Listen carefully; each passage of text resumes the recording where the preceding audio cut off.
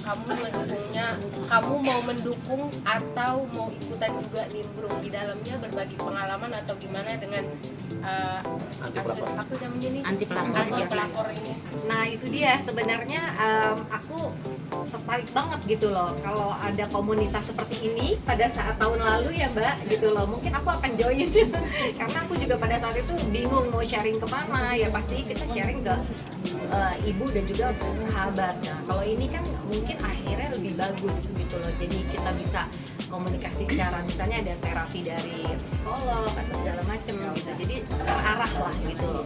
Dan menurut aku ini hal yang positif untuk dilakukan gitu loh, dan semoga ya supaya tidak adanya ya pelakor-pelakor lah di Indonesia supaya cari kebahagiaan itu kebahagiaan sendiri, jangan merebut kebahagiaan orang lain. Oke, dari Mbak. Apalagi kebahagiaan anak-anak kan nggak pernah bisa ya. Oke, dari Mbak Ade sendiri kenapa akhirnya memilih Teh Dina sendiri menjadi ikonnya? Ya saya awalnya bingung ya, siapa nih kira-kira bisa saya merasakan apa yang saya rasakan pada saat itu. Dan kemudian terapi saya lihat di media, kemudian saya lihat oke deh gitu loh. Ya Mbak Dina nih kayak sesuai nih sama aku, terus kisahnya juga ada anak seperti itu, terus saya ajak untuk kita ketemu ngobrol, ternyata kita punya tali merah yang banyak, ya, kesamaan. Yang kemudian mengambil keputusan itu Dina untuk menjadi ya teman gitu.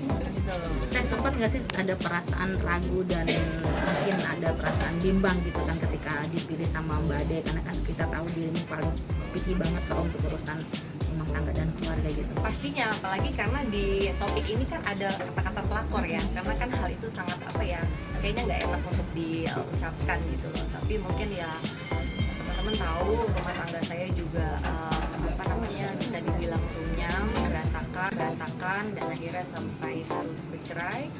Terus karena ya mungkin saya udah nggak bisa nutupin lagi ya gitu loh, bukan karena ini itu ya, karena adanya pihak ketiga.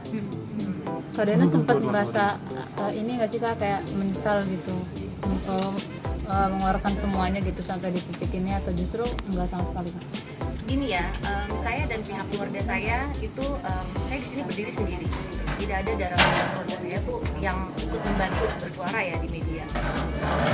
Tapi kita berusaha untuk dari pihak sana untuk menyerang saya, dan menyerangnya tuh bukan hanya satu orang ya, mungkin teman-teman tahu kan, beberapa orang nih gitu. Jadi dan disitulah menurut saya tuh saya harus counter back nih.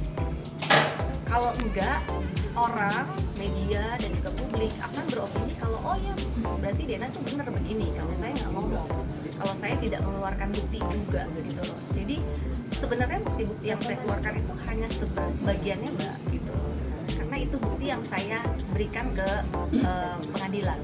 Sebenarnya itu saya nggak mau share, sebenarnya banyak bukti yang lainnya mungkin akan lebih mencengangkan gitu ya, tapi ya sudah itu biarlah gitu loh, itu harus terjadi. Untuk kedepannya Mbak Ade sama Mbak Dena kira-kira ada nggak sih rencana atau kedepannya apa sih yang akan dilakukan? Gongnya apa Mbak Ade? Ya, Gongnya apa sih Mbak Ade dari AP ya? AP ini Saya sih mengingatkan ada kolaborasi Ya.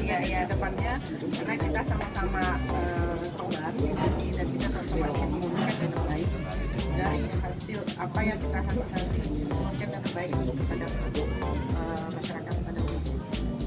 Karena saya lihat di sini ya itu ya, kalau ada niat tapi kesabarannya nggak ada, nggak jadi juga kan? Benar kan sih? Ya kan? Dan kalau ada kesempatan tapi niatnya nggak ada juga nggak ada kan?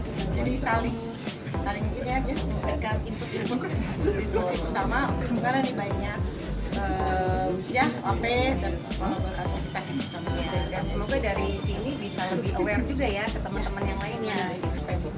Mbak Ade perlu gue nanya Mbak Ade, perlu kan sih pelakor itu di blow up namanya gitu agar menimbulkan Identitasnya. Jadinya maksudnya cara Tadi saya sudah berkol ya Pak Dena, tetapi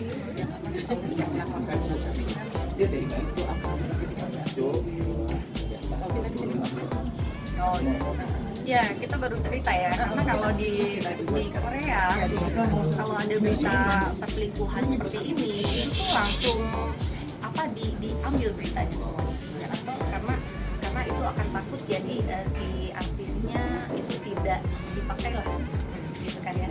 Tapi kalau di sini malah sebaliknya ya. Nah, itu sebenarnya fenomena yang sungguh luar biasa bingung ya Mbak. Iya, makanya itu kedepannya gimana gitu. Malah lebih baiknya malah semakin ngetop. malah dapat judul, malah judulnya yang berkaitan dengan hal yang dialami gitu kayak gitu.